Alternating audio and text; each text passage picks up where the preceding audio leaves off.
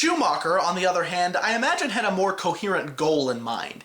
He wanted to pay tribute to the Dick Sprang era of Batman comics, the same era upon which the Adam West show was based.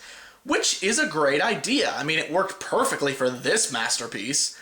But when a studio wants one thing and a director wants another, it rarely works out for the best. You can see this lack of unified vision most clearly in the villains. For example, and you're gonna hate me for this, but the best part of Batman and Robin was Mr. Freeze. Okay, look, I understand why everyone hates the Schwarzenegger Mr. Freeze. This was back when the animated series was still at the height of its popularity. Heart of Ice had just come along and basically reinvented the character so well that they retconned it into the comic books. The tragic take on Mr. Freeze was new and exciting, and absolutely no one was looking for a return to the character's campy, colorful roots. But what a lot of people don't know is that Adam West played just as important of a role in the development of this character as Bruce Timm did. Originally in the comics, he was called Mr. Zero and wore this gaudy purple and green outfit because, you know, that color scheme hasn't been done to death. The TV show gave him both his name, his basic look, and even his need for sub-zero temperatures to survive. When you get down to it, the only thing the animated series brought to the table was his sick wife. And if you adjust your own expectations, Schumacher actually did a pretty good job of recapturing the Mr. Freeze of the 60s. The costume is similar, what with his face being exposed and blue and everything, and Arnie's famous accent and goofy delivery fit the role perfectly. Mr. Freeze was played by a different actor in every appearance on the show, but they always gave him an over-the-top German accent and, of course, plenty of ice puns. Put him on ice! Ice! Das ist die way the ice cube crumbles. Let's kick some ice. Yes, I know you all hate the ice puns, but jokes like that are what made the show work. You have to be in the right mood for them, but Arnie delivers them with just the right amount of cartoonish glee. He's fun as hell to watch, at least for me, and he strikes just the right tone of campy absurdity that Joel was going for.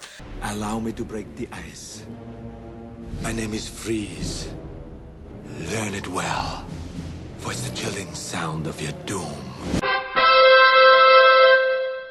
He, ice puns and all, is one of the few things about Batman and Robin that genuinely works. Most of the time. She's alive. See what I mean? They had a perfectly fine villain for what he was, but the studio was well aware of how massively popular the new reinvention of the character was, so I expect they left Schumacher with no choice but to cram in the dying wife subplot, resulting in a mishmash that drags the whole performance down. Sure, fans probably would have been even angrier if they left it out, but you just can't go from Louder, come on, sing, sing, sing, come on! Yes, come to Soon we will be together once more. Soon. they don't go together! The Riddler in Forever has the same problem, although to a lesser degree. They bring in Jim Carrey to do this near-perfect Frank Gorshin impression, and it works fine in places, but then they give him this creepy Fatal Attraction man crush on Bruce Wayne and a goofy brain drain scheme that feels like the plot of a Filmation cartoon trying to teach kids not to watch too much TV. Not to mention scenes like this.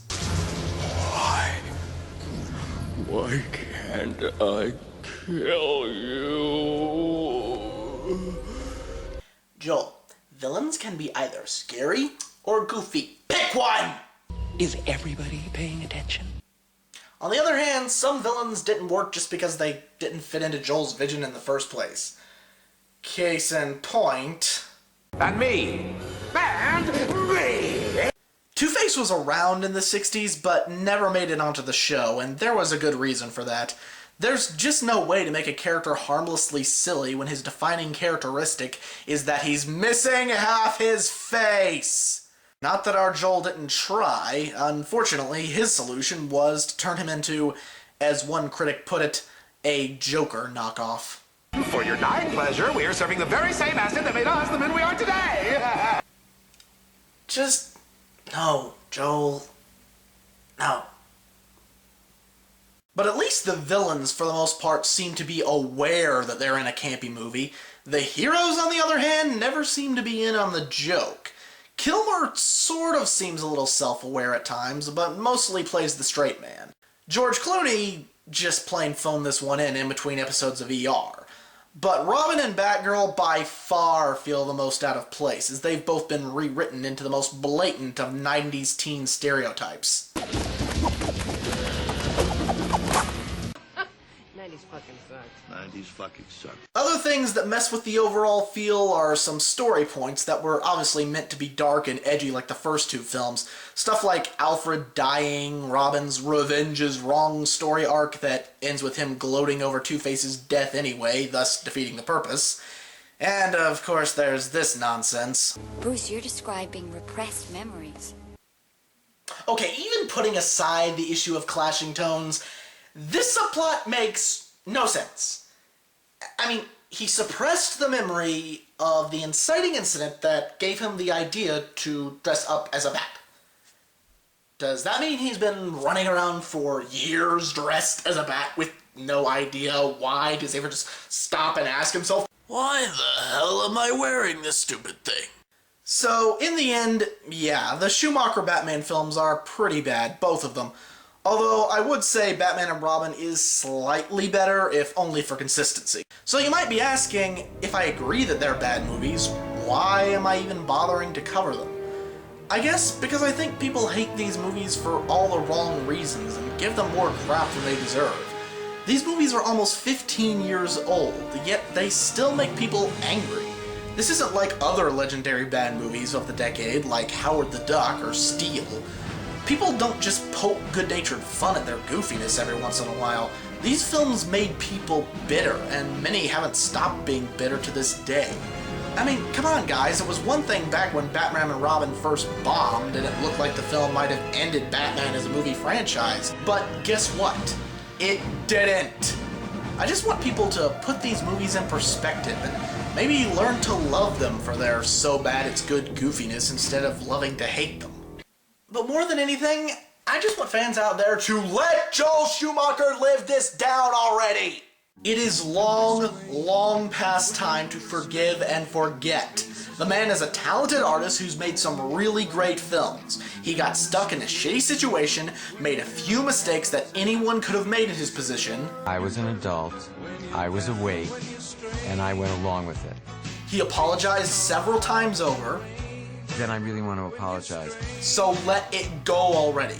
Joel Schumacher never had any ill will toward the franchise. Give the man the simple dignity of being known for his successes rather than his failures. Hell, the hate and ridicule have gone on for so long, at this point, I think we owe him an apology. So if you ever have the pleasure of meeting Mr. Schumacher, just go up to him, shake his hand, say, hey, sorry about all that shit we gave you all these years over Batman and Robin, and Lost Boys was awesome. Is that so hard?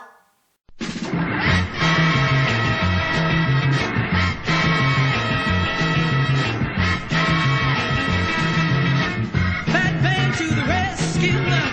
Batman to the rescue! Batman to the rescue! Swing on, Batman! Swing on, Batman! Batman on a rooftop. 40 stories he had to drop. Saw a lady, she was in distress. He screamed, y'all stop that!